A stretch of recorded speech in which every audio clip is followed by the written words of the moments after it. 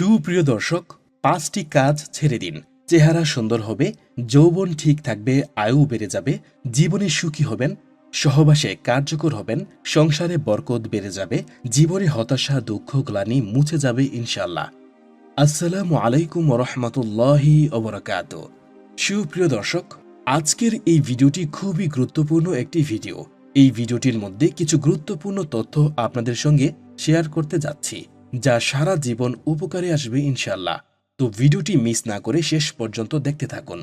প্রিয় দর্শক, প্রত্যেক মানুষ চায় দীর্ঘদিন তার চেহারা সুন্দর থাকুক এবং তার যৌবন স্থির থাকুক।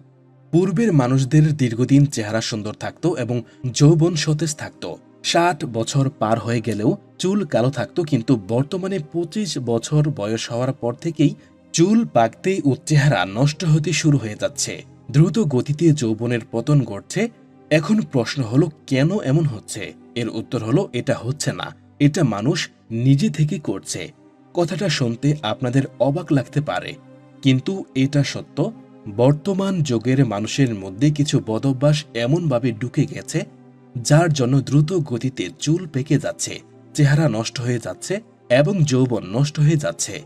আপনি যদি এই বদ অভ্যাস বর্জন করতে পারেন, তাহলে আগেকার মানুষের মতো না হলেও বর্তমান যুগে মানুষদের মধ্যে রূপ যৌবন সুন্দর সতেজ চেহারা দীর্ঘদিন ধরে রাখার বিষয় প্রাধান্য পাবেন।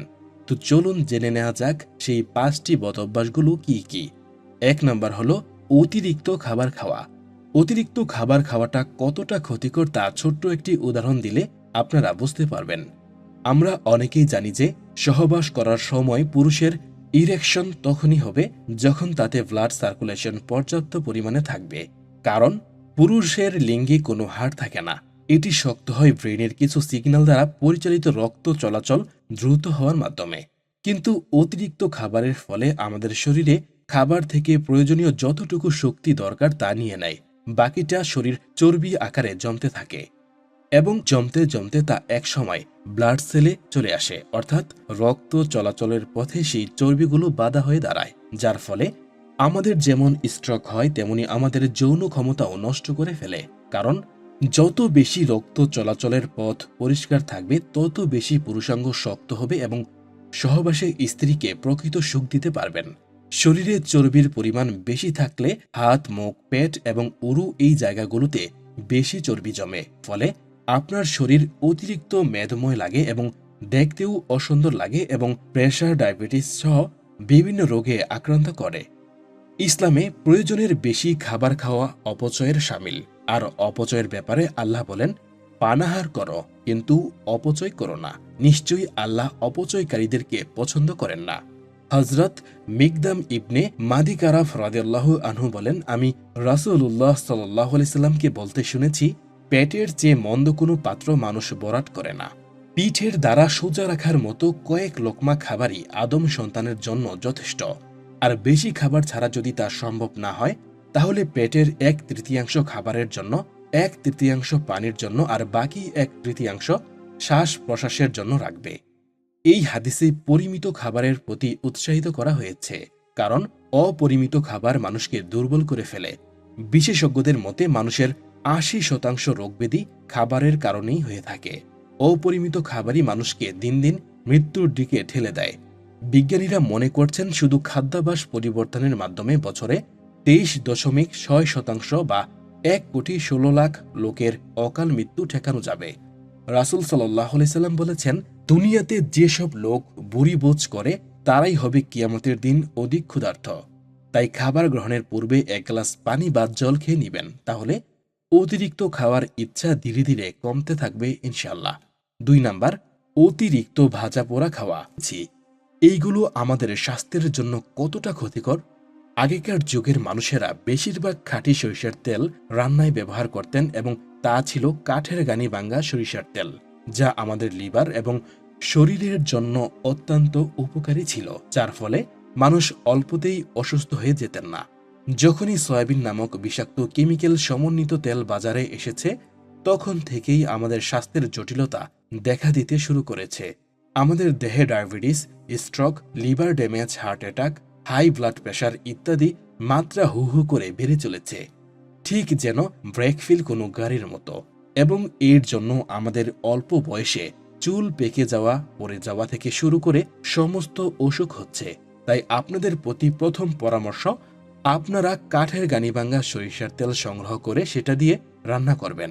আর যাদের সামর্থ্য আরেকটু বেশি, তারা এক্সট্রা ভার্জিন অলিভ অয়েল খেতে পারেন। আপনি জানলে অবাক হবেন, শুধুমাত্র আপনার রান্নার তেল পরিবর্তনে আপনার ফ্যামিলির অসুখ বিসুখ আপনি 70% কমিয়ে আনতে পারবেন এবং 6 মাস থেকে 1 বছর রান্নায় খাঁটি সরিষার তেল বা এক্সট্রা ভার্জিন অলিভ অয়েল দিয়ে রান্না করে খেলে আপনাদের যাদের পেটে গ্যাসের সমস্যা বা পেপটিক আলসার রয়েছে, তারা প্রায় ঔষধ ছাড়াই নিরাময় হয়ে যাবেন ইনশাআল্লাহ।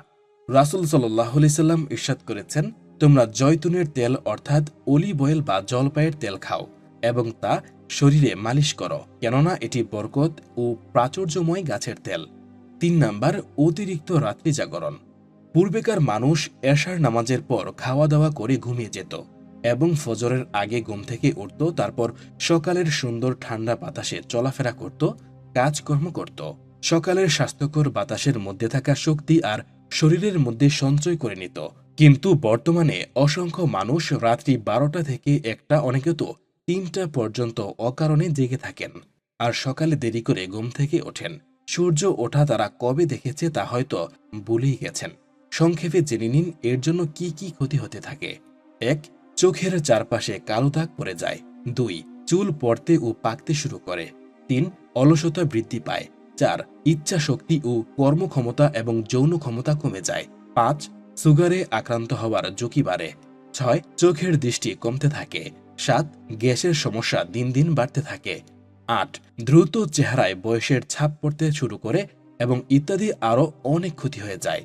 তাই দীর্ঘদিন চেহারা সুন্দর রাখতে ও যৌবন ধরে রাখতে ও চুল ঠিক রাখতে চাইলে আজ থেকেই রাতে দেরি করে ঘুমানো বর্জন করুন। রাসূলুল্লাহ সাল্লাল্লাহু আলাইহি সাল্লাম এশার নামাজকে 1/3 রাত পরিমাণ সময়ের মধ্যে পড়া পছন্দ করতেন, আর এশার আগে ঘুমানো এবং এশার পর না ঘুমিয়ে অহেতুক গল্পগুজব করা পছন্দ করতেন না।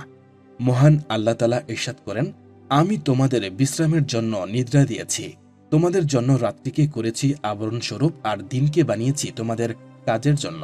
তাই আল্লাহর নিয়মকে অনিয়ম বানিয়ে দুনিয়াতে কারো সুস্থভাবে বেঁচে থাকা সম্ভব নয়। 4 নাম্বার হলো নেশা করা। বর্তমান যুগের অনেক মানুষ ভিটামিনযুক্ত খাবারের চাইতেও অখাদ্য কুখাদ্য বেশি খায়, যেমন সিগারেট, মদ, গাঁজা, বিড়ি, জর্দা, খৈনি ও বিভিন্ন জাতীয় তামাক। প্রায় 40% চেহারা ও যৌবন নষ্ট হওয়ার কারণ এই সমস্ত নেশা জাতীয় অখাদ্য। এটা অনেকের বিশ্বাস নাও হতে পারে, কিন্তু এটা গবেষণায় প্রমাণিত সত্য কথা। 5 নাম্বার হলো অতিরিক্ত মোবাইল, কম্পিউটার, টেলিভিশন দেখার ফলে।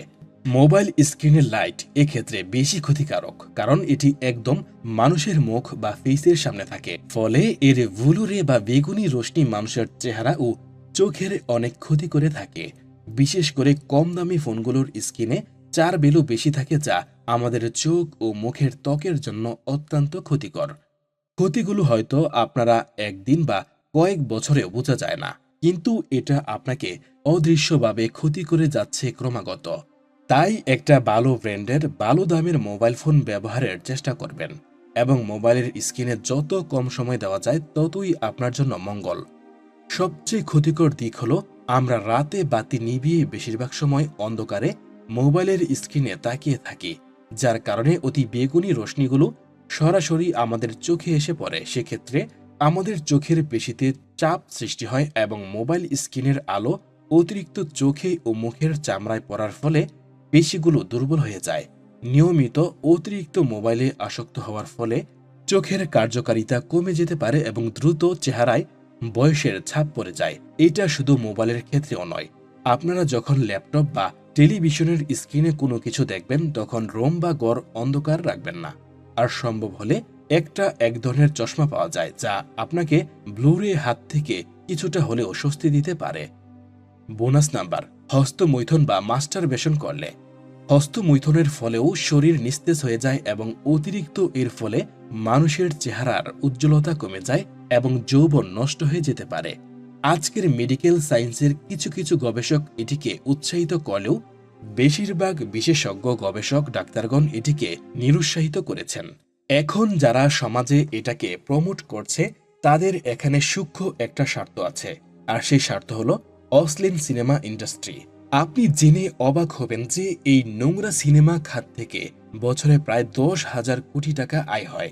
এই বিশাল পরিমাণ আয় তখনই অব্যাহত থাকবে যখন মানুষ বেশি বেশি হস্তমৈথুন করবে এবং এই নোংরা ভিডিওগুলো দেখবে। বেশি কিছু আর বলছি না, ইশারাতে বুঝে নিয়েন। আল্লাহ তাআলা আমাদের এই সমস্ত বিষয়ে বুঝে মানার তৌফিক দান করুন, আমিন। আমি অনুরোধ করব মুসলিম অমুসলিম যারাই আমার এই ভিডিওটি দেখবেন প্রত্যেকে আমার এই পরামর্শগুলো মেনে চলার জন্য একান্ত অনুরোধ করছি। আপনি মুসলিম হন বা অমুসলিম, আপনাদের সবার সুস্থ থাকাটা সবারই দরকার। আর তাই তো আমরা সব সময় আল্লাহর নিকট আপনাদের সুস্থতা কামনা করছি। আল্লাহ যেন আপনাদের সবাইকে ভালো রাখেন, সুস্থ রাখেন, আমিন। আর ভিডিওটি শেয়ার করে অন্যদেরও জানিয়ে দিন, তারাও যেন সুস্থ থাকে। এবং আপনি যদি আমাদের চ্যানেলে প্রথম এসে থাকেন তাহলে আমাদের চ্যানেলটি সাবস্ক্রাইব করুন। আবারও প্রত্যেকের সুস্থতা কামনায় আজকের ভিডিওটি এখানে সমাপ্তি। আসসালামু আলাইকুম ওয়া রাহমাতুল্লাহি ওয়া বারাকাতুহু। আল্লাহ হাফেজ।